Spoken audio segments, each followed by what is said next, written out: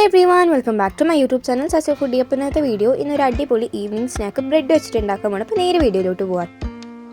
അപ്പോൾ അതിന് വേണ്ടി ഞാനിവിടെ ഒരു 4 ബ്രെഡാണ് എടുത്തിട്ടുള്ളത് കേട്ടോ. അത് നമ്മൾ കൈ വെച്ച് ജസ്റ്റ് ഒന്ന് പിച്ച് ഇട്ട് കൊടുക്കാം. അതിൻ്റെ ശേഷം നമ്മൾക്ക് അതൊരു ബൗളിലോട്ട് മാറ്റി കൊടുക്കാം കേട്ടോ.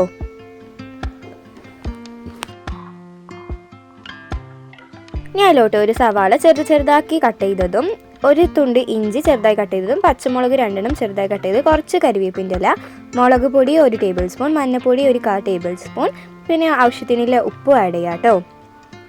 എന്നിട്ട് ഒരു 2 ടേബിൾ സ്പൂൺ കോൺഫ്ലോറും പിന്നെ പൊതിന നമ്മളൊരു ഫ്ലേവറിന് വേണ്ടി ആഡ് ചെയ്യാം കേട്ടോ. എന്നിട്ട് അത് കുറച്ച് ആഡ് ചെയ്തതിന് ശേഷം നന്നായിട്ട് ഈ ഒരു രൂപത്തിൽ നമുക്ക് മിക്സ് ചെയ്തെടുക്കണം.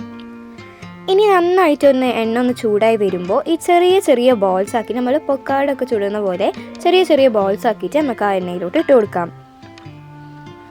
ഒരു ഗോൾഡൻ ബ്രൗണിഷ് കളർ ആകുമ്പോൾ ഒരു സൈഡ് തിരിച്ചിടണം. വെന്താൽ തന്നെ നമ്മൾക്ക് അറിയാമല്ലോ ഒരു ഗോൾഡൻ ബ്രൗണിഷ് കളർ ആകും.